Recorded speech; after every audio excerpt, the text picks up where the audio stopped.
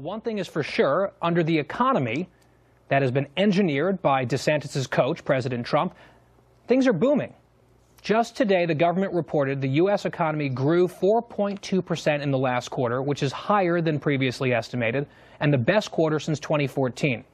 A stronger economy has Americans more comfortable with their jobs as well. A new report today claiming that just over half of Americans, 51%, say they're satisfied with their jobs, the highest level since 2005. Plus, consumer confidence also at an 18-year high. So while a lot of people love to hate this president, are his policies at least being vindicated? Fox News contributor and chief investment officer of Kingsview Asset Management, Scott Martin, is here with me now. Scott, thanks for swinging by from Chicago, my former hometown. Go Cats. Yeah, man, no problem. And sorry about all the heat we sent you, but I'm telling you, I'm not missing it, man. So enjoy. Chicago, people talk about Chicago winters, but Chicago summers can be absolutely brutal.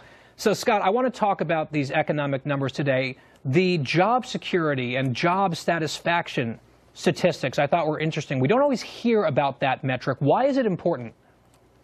Well, it says a lot of things. It says that employers are treating their employees right for maybe the first time in several years via benefits. Obviously, 401k benefits are doing very well. We've seen those balances, Guy, at record highs. And job quality, too. You know, I think with technology and things that are going on in the workforce, Guy, I think people are happier in their jobs because they're doing more stuff, and technology maybe is making their jobs easier. And then on the flip side, too, you know, the employers are happy about that because companies are making more money. We have record profits, and you're seeing that show up in the data points.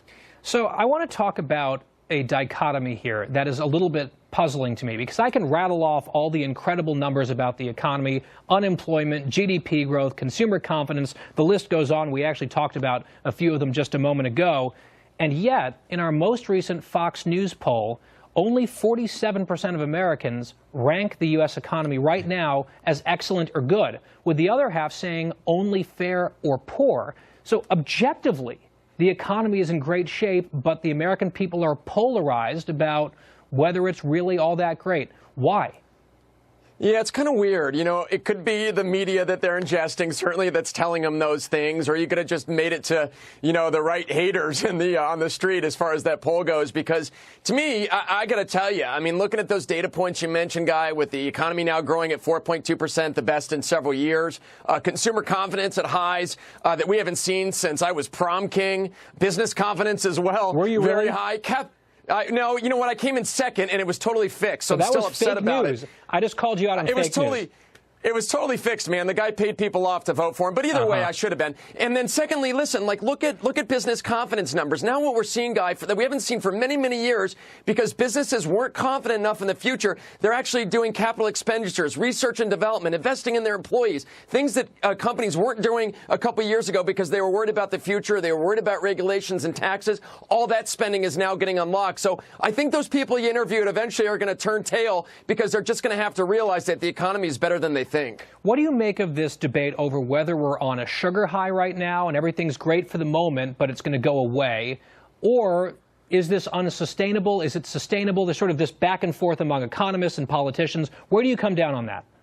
Yeah, you know, I'm close to the sugar high camp. Not yet, but I will tell you that, you know, the way the markets are and the way that they've just been going up and up and up on almost seemingly bad news these days. And yes, we've had some good trade reconciliation news, which does support the S&P 500. It will push up stock prices. But the reality is this, things are getting very good. So if you just look back in history and look back at cycles, you know, things in the markets and economy occur in cycles just like seasons of the year do. As you mentioned how hot it is in Chicago, it gets cold in Chicago as well, just like it will on the East Coast. So just remember that if you're investing for today, there is going to be a rainy day in the stock market. So as great as things could be today, you just got to have some things in your portfolio that will do well if the markets go down. Cyclical, I buy that, but how long is the cycle? That's such a huge question. When might we start to look for some potential downturn signs? Yeah, I'll tell you, man. I mean, things are going to change if the midterms go the wrong way, let's say, depending on who you're voting for. Obviously, maybe that's a subjective comment. Right. But if things go a bad way in November, that could be the start of it, Guy. And then 2020, let's face it, man, is not that far away. So that's another twist that could be happening in the pipe here. Don't remind me. All right, Scott, thank you so much tonight, and stay cool in Chicago for now. See ya.